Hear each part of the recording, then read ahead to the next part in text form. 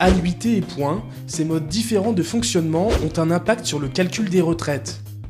Dans un régime par points, le montant annuel de la pension correspond au nombre de points cumulés durant la carrière, multiplié par la valeur du point en vigueur au moment du départ à la retraite, auquel on applique un taux de pension variable en fonction de la durée d'assurance, ce taux étant de 100% lorsque l'assuré a atteint la durée d'assurance requise pour sa génération.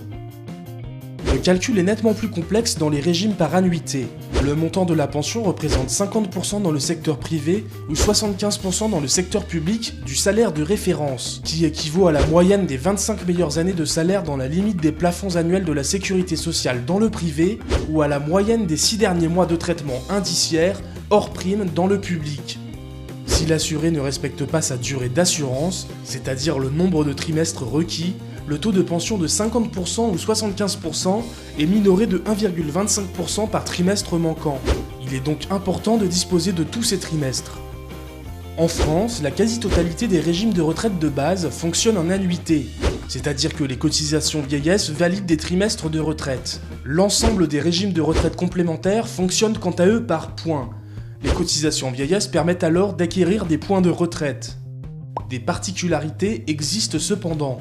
Si les régimes de base des libéraux et des agriculteurs fonctionnent par points, le montant de la pension dépendra également de la durée d'assurance, correspondant au nombre de trimestres requis.